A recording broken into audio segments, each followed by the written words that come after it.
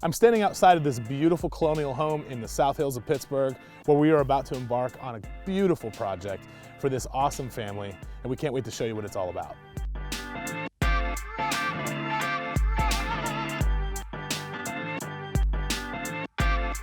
So we're standing in this beautiful kitchen that we're going to be renovating, and it's very compartmentalized between this room, the dining room, the foyer. There's a million doors, and the only way to access most of the living space is to walk around all of these walls. So we're going to be taking down walls, expanding this area so that you have easier access to where the family spends most of their time aside from the kitchen.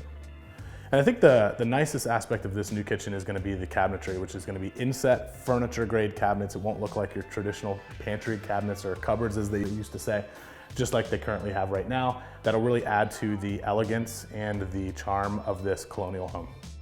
If you have the space to do it, I highly recommend putting in more than one dishwasher.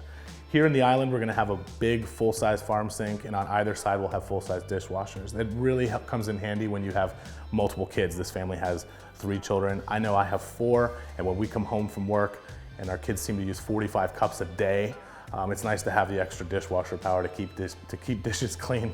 So the space already kind of works as far as square footage goes, but cooking power, refrigeration, and the layout of things needs to be tweaked just a bit to also add to both the charm and also the usability of the kitchen. So what we're gonna do is we're gonna put a 48-inch Bertazzoni Italian range here between the window and the new opening, a black metal hood to match the black island to go along with all the white cabinetry around the room.